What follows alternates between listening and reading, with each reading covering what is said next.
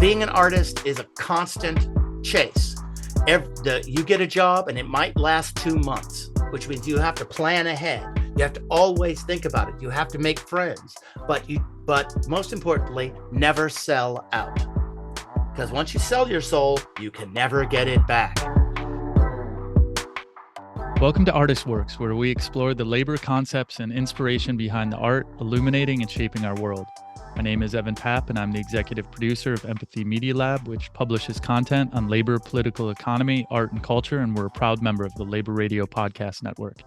Today, I'm speaking with Michael Gene Sullivan, who's a playwright, director, and actor with the San Francisco Mime Troupe, which creates and produces theater presenting a working-class analysis of the events that shape our society, that exposes social and economic injustice, and demands revolutionary change on behalf of working people. So, Michael, thanks so much for your time. Oh, thanks for having me, Evan. I'm very interested in the San Francisco Mime Troupe and all the great work that you have been producing with your team. But before we talk about the Mime Troupe, could you talk about your background and how you got interested in theater? It's a weird story. I grew up in a very radical family. My parents were always very political. In fact, the reason that they moved to San Francisco was they thought that this is where the revolution was going to start, and they wanted to be at the epicenter of it. But I ended up getting it. Neither of them were performers or into theater, actually pretty shy folk. But when I was in high school, there was a girl I had a crush on, and she was in a little theater company in our high school, and I had a bunch of friends in there too, but I wanted to spend more time around her. And so I auditioned for the theater company. And I got in, and after a brief period of time, I ended up running the theater company. Just my personality. And but I always had my eye. My father took me to see this theater company, the San Francisco Mime Troupe, when I was a teenager. And I wanted to be a history teacher at that point. And I went out, and I was like, mime, ew. And he's like, that's not that kind of mime. They don't do silent mime.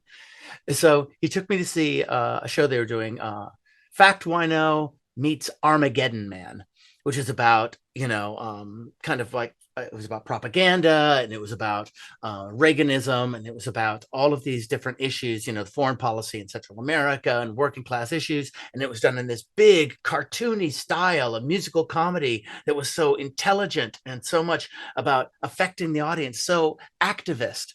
And I was like, that's what I want to do. So much to my parents' chagrin, I started going, I'd like to be an actor. And so, like I said, I was in this theater company with the woman who I ended up marrying, who coincidentally is also the person who directed the Mime Troupe show this year, Valina Brown, who's right over there. So I've worked at all these different theater companies, came to the Mime Troupe as an actor. After a few years, I started started writing for some of the shows. It's a contributing writer on some of the shows. And I started directing. And then when our resident playwright of 30 years retired, I ended up becoming resident playwright. And so I'm actor, writer, resident playwright, and director with the Mime Troupe. And I work at theater companies around the country, and my other work is done around the world. So what do you like doing the most? Do you like writing, directing? Do you like being on stage and performing? That's always the question. It's so hard. Whenever I'm doing only one of those things, I miss the other ones. Writing is really interesting, and so much of it is about research. That's what I do. I read articles, I read the news all the time, I listen to interviews, I do all this research, which is really the reason that I write. Everything that I write is from all the research. But if I'm not performing, I feel like I'm stuck in a chair. And if I'm stuck in a chair, then and if I'm on stage, I'm like, what does this look like? I wish I was directing. I need to change, So it really is. And the Mime Troupe is one of the few companies, because we're actually a theater company with members, as opposed to most companies are really production houses. The actors don't have a say. The Mime Troupe is a collective, instead of having an artistic director, we're a collective, and people can say, if they have enough experience doing anything, they could say, well, I would like to direct next year. And the company debates it, discusses it, says, okay, well, we do trust this person enough to direct. This is Valina Brown's first show directing, even though she's been in a bunch of Mime Troupe shows before. So I'm extraordinarily fortunate that I'm in a theater company where I don't have to pick. When I work other places, I have to pick. I'm like, okay, I submit a script and they produce it and direct it, but I can't do any of the other things. Or I audition for shows and I'm only in them or directing them. The Mime Troupe is a place where I can move around and do all of them. So, discussing the mime troupe and the background history, and you've already dispelled the myth that it's not a bunch of silent pantomime or anything like that. Yeah. But on the Wikipedia page, it does go back that it started in 1959 until it Yes. then transitioned into this more collective management. Could you talk a bit about the history of the mime troupe? Sure. Yes. The company was started by R.G. Davis in 1959. It was like the R.G. Davis mime class, essentially. He was doing this workshop. But this was during the 1959, just coming to 60s. So the civil rights movement had started, the Vietnam War, information. It's like we already had soldiers over there, but people were just starting to get to know and understand the news and being more critical of American foreign policy and American domestic policy. And so Davis and the other members of the troupe were like, how can we express these criticism of capitalism, a criticism of corporatism, a criticism of imperialism, and do it on stage in a way that no one else was. And so they started to do these shows. A lot of them were ancient shows, Greek shows, Renaissance shows that were dealing with the same issues in this big, grand style. And this, of course, was also in the days when more Americans knew that mime wasn't silent. It's related to pantomime. It's related to mimic. Silent mime is a type of mime. It just became more famous because it's non-political. The big pantomiming is really from making fun of the aristocracy. It's a way to make fun of royalty. It's a way to make fun of and mock those in power. Whereas silent mime is just apolitical. It's just somebody walking against the wind. It's a very difficult style. It's an incredibly difficult thing to do, but it's not really known for inciting revolutionary change. so the troupe continue to evolve and grow, and there was a famous court case where the mime troupe was accused of obscenity, not because they were doing anything particularly obscene, but they were talking about politics on stage, free in the parks. And so that was the only thing that they could get charged with. It's obscenity. And eventually, though, the mime troupe beat the rap, won the case, and became even more famous. And then, like I said, eventually they became a collective because they realized that that's what they were preaching was collectivism. And that was in the early 70s. We've been a collective ever since. And the company has gone, like I said, toured around the country, but gone to, Europe and Asia and really toured the world, not just to kind of activate the working class, but also to let people around the world know what the American working class is facing and how we're dealing with issues. I remember we were doing a show in Berlin at one point, and people came up after the show and they said, we had no idea Americans thought this. Yeah. It was a criticism of corporate personhood. The show is called 1600 Transylvania Avenue. And it was about how corporations are legal people and they can't die. So the show equated them with vampires. They live off, they suck the wealth from the public, and they can't be killed. Vampires. And so, but it was this critique of Bush and Cheney and capitalism. And the Berliners were just like, we had no idea that you guys even thought like this. This is not what we get from American press. And so part of our job is also to let everybody around the world know we're not as bad and dumb as we might appear if they only see CNN International. Yeah. So I first came across your work through the Labor Radio Podcast Network doing some editing for Mime Troupe Radio. So this is during COVID, you couldn't get together on stage, but you produced these incredible radio plays, and Tales of Resistance was one of them. And it's many different genres. And could you talk a bit about the production of these radio plays that are just incredibly professionally made and super deep, and I love them. Yeah, well, when the pandemic hit and theaters around the country were shutting down and suddenly nobody could go anywhere, since we do most of our shows are free shows done outdoors in the parks, and the parks around the country were closed also, and we had to pivot really quickly. And I'm a big fan of radio plays. Listen to old radio plays because there's a certain style there where you have to be able to tell a story very quickly, and paint a picture in somebody's mind. And that's the thing with radio plays, is that what the actors look like, the way the set is, what they're wearing, all of that happens inside of the listener's head. And it's like, here's something we can do.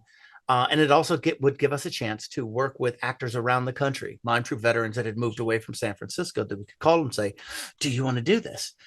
And so I decided to write this big sweeping thing that had to do with all of these different issues, with police brutality and tech innovation and COVID and all of these different things.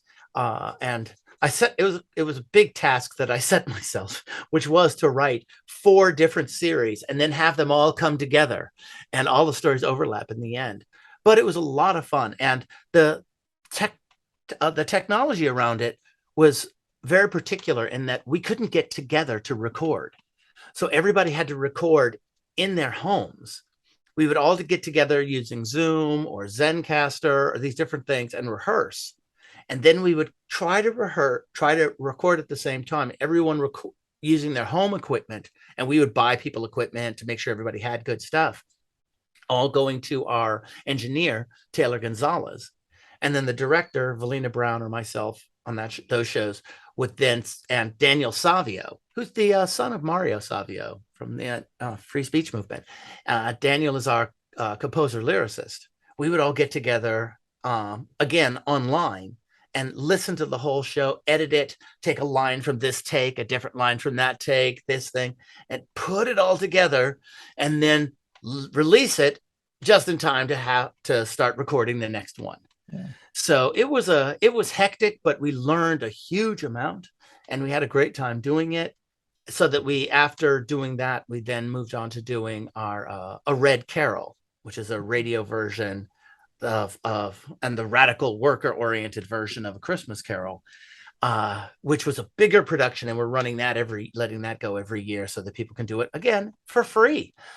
So, because we want to make sure to get the word out using our particular style. And I know there are people who are like, wait a minute, mime on the radio? It's like, it's not that kind of mime.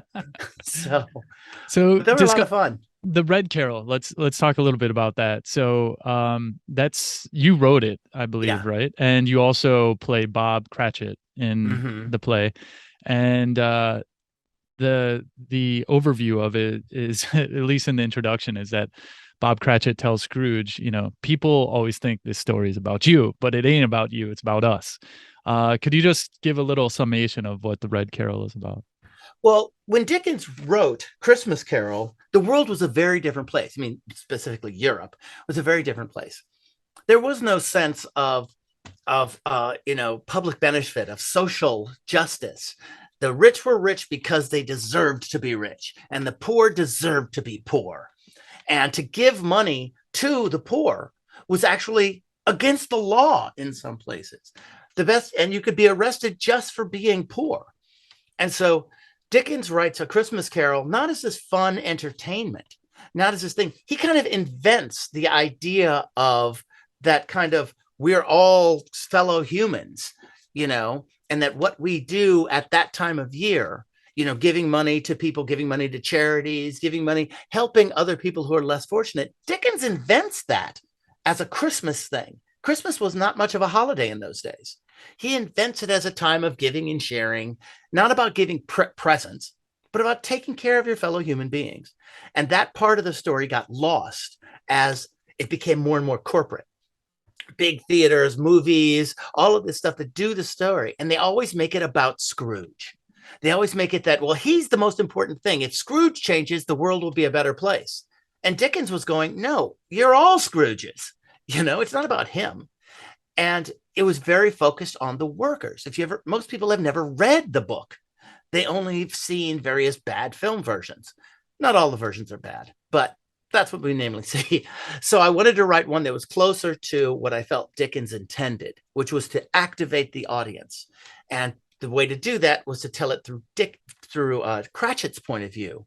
So it's very close to the book, but the idea is it's a group of people basically are getting together, telling this story to this audience and going, this is what Christmas Carol is supposed to be.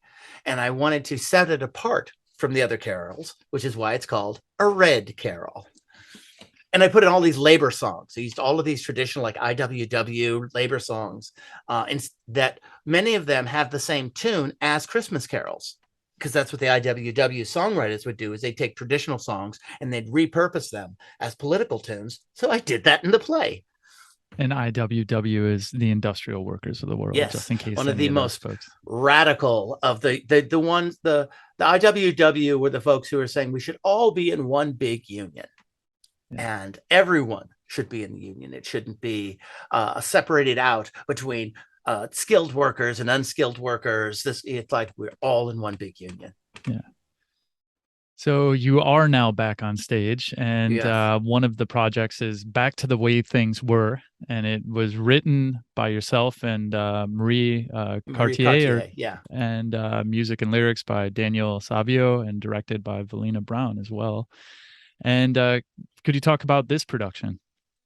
Well, when we did our Tales of the Resistance 2, the radio show, the last episode, Daniel and I talked about it last year, was let's do a musical for the last episode, a radio musical. So we did. I wrote a short thing, Back to the Way Things Were, which is about two people, Ralph and Alice, not named Cramden, but definitely based on the characters from The Honeymooners, who, after being stuck in their house with COVID, the pandemic for 2 years, and after years of Trump and economic and all this, they just want to go out and get back to the way things were. They just want to go out and have a grown-up date. And so the radio play was about them going out and experiencing all these different things that went against their nostalgia. Like they had a certain sense of nostalgia back when Obama was president, back when Clinton was around, before Trump and COVID, everything was great. And so I wanted to go, no, it wasn't great. Police brutality, climate change, the war, the class war that only one side has been fighting. All of these things aren't new. They didn't happen under Trump. They've been going on for all this time. We cannot relax, and you don't want to go back. And so we wrote the radio play. And then it did well. And then when it came around to summer, Daniel was like, why don't we just expand that? That issue hasn't gone away. And so I wrote in another character who's a minor character in that version, which was Zoe, who is Alice and Ralph's daughter. She represents the generation that has grown up since 9/11. The people who've grown up, as she says in the play, she's never been able to get on an airplane without taking off her shoes, because it's made clear to her since she was a child that somebody might kill her, that her life has just been constant warfare, economic downturn, international, hearing about terrorism all the time, school shootings. And that generation of people, that's what they've grown up with. And those of us who didn't grow up in that time feel like, oh, well, you remember the good old days. And she's like, my whole life has been horror. And what does that do to a child to know that they're constantly being told they might be murdered? And so she's nihilistic about the future, and her parents, the quote unquote liberals, are nostalgic about some time in the past. And so we wanted to write a show to go, this is what we're dealing with now. People who are on either side deactivating themselves. Yeah. They are being anti-activists because it's easier to give up or to think about the past. And we don't have time for that. Musical comedy. Hope, optimism. Yeah, these are the type of things you have to have if you're going to go into a fight knowing you're going to get your ass kicked. Like, why get into it anyway? Right. And even if you're going to get your ass kicked, but to know that you've kept the fight alive, you kept the flame burning for the next fight and the next fight and the next fight, with the hope that there is this march of progress if we continue fighting, even Right. though we may get knocked down. It You may can't not you even can't be for win if us, you know. can't win if you don't fight. Yeah, And exactly. that and there are a lot of people that know that, but there are a lot of people that are tired and people that feel like they've done their part. And it's like, actually, your part is never over. Yeah. And it's not work, to try to make the world a better place. It's not work to try to make sure that your children and grandchildren have a world that is vibrant and alive and where they can go outside. It is not work to do these things. This is just a equivalent of being a human. Your job that you might do where they pay you, that's so that you can buy food and do watches and whatever. But the job of being a human is to make things better for the next generation. And so that's a job that you never quit. You just die eventually. And you are either making things better or you are making things worse, because there is no stasis. There is no, I get to sit back and just wait. Things will be about the same. No, nature doesn't work that way. Climate change doesn't work that way. The economy doesn't work that way. The class war doesn't work that way. Things are always happening. You can't sit still. And if you are a progressive, you have to always focus on progressivism. That is the only hope and chance for not just us, but also all of our fellow earthlings, from earthworms to microbes. We are all earthlings, but we are the ones who can actually make things better for everything else. And to avoid burnout and to avoid the isolation, that's where art really does come Yes. in, and the performance aspect and the music, and that can bring us together and to help provide some type of fuel to keep the fight going. And Yeah. And I love everything that you're doing. And are you about to say something or No, I was add just going to something? say Okay. that a lot of Yeah. times activist theater, people will say, oh, aren't you just preaching to the converted? And it's like, well, first of all, we don't get to decide who's in the audience.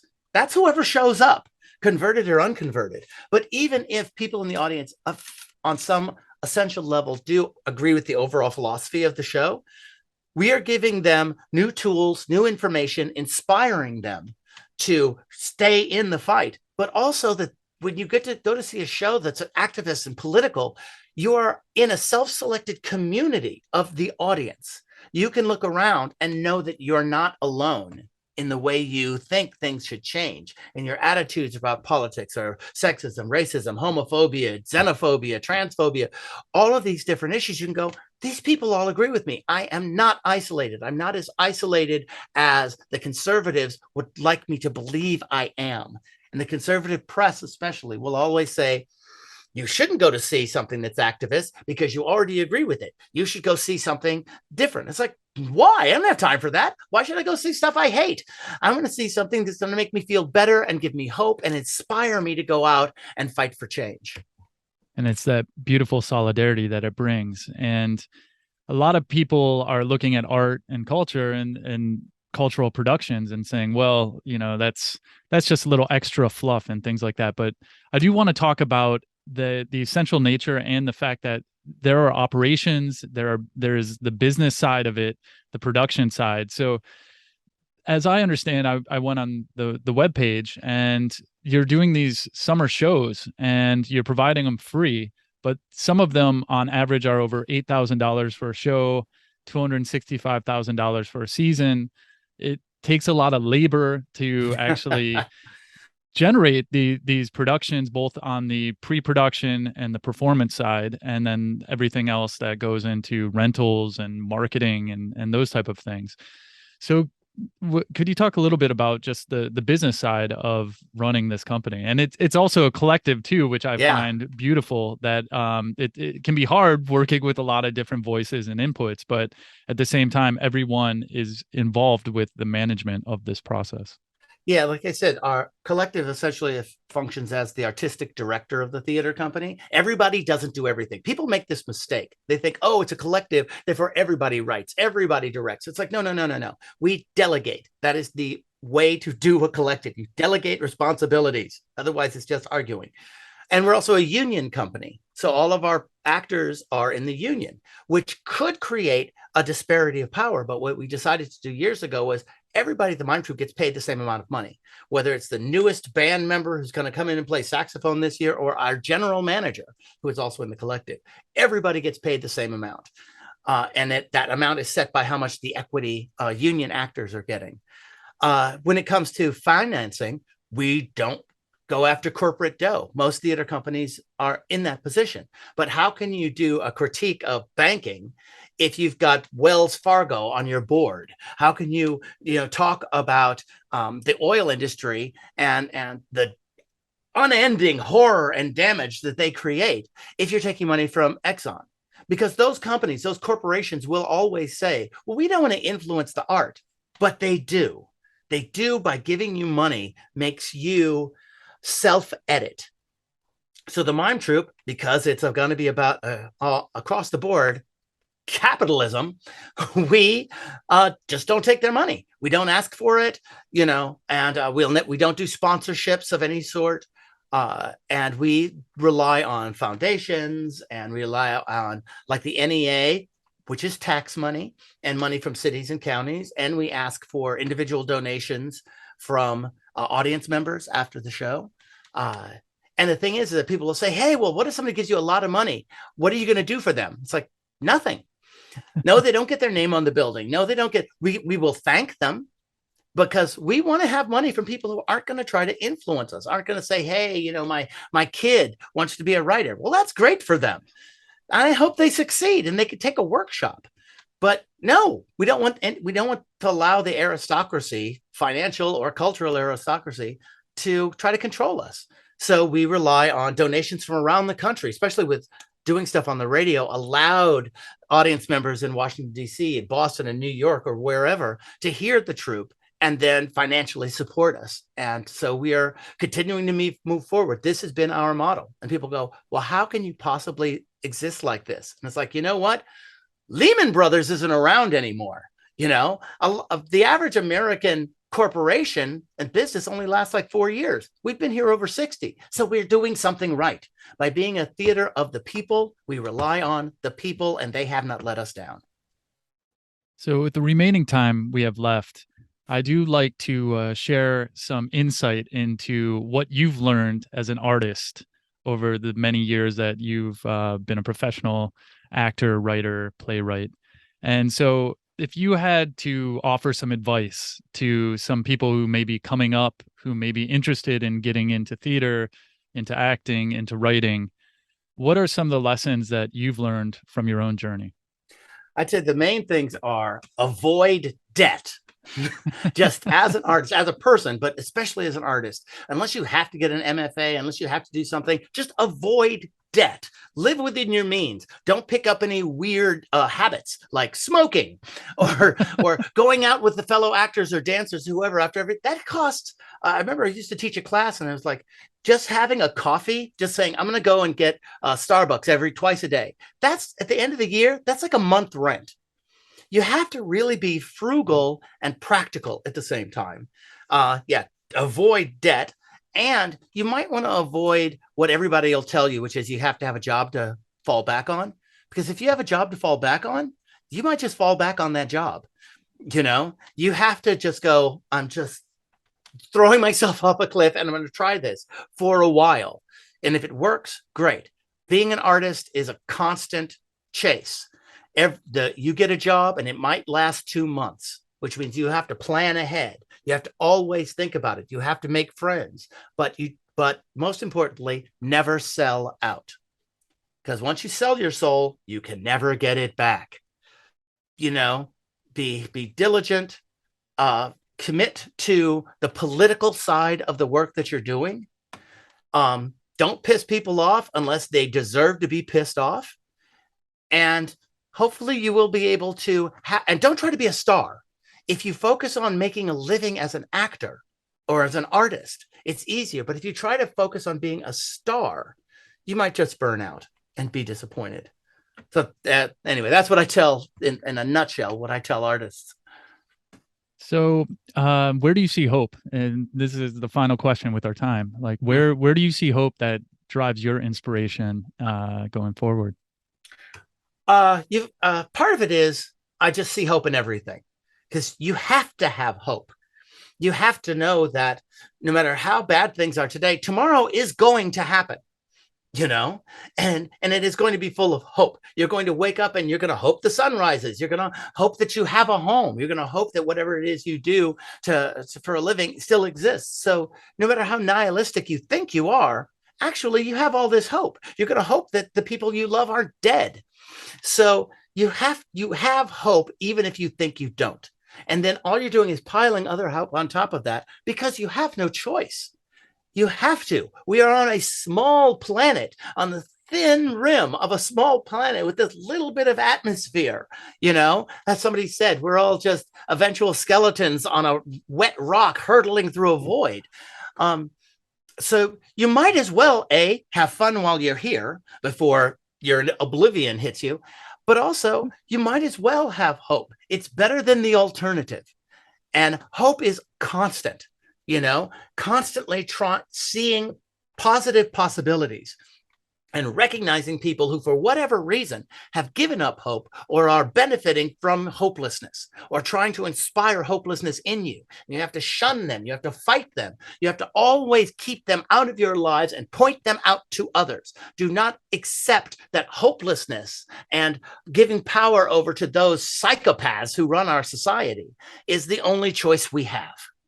Fight them because being part of the fight is fun. Michael Gene Sullivan of the San Francisco Mime Troupe. Thank you so much for your time. Thank you for having me, Evan.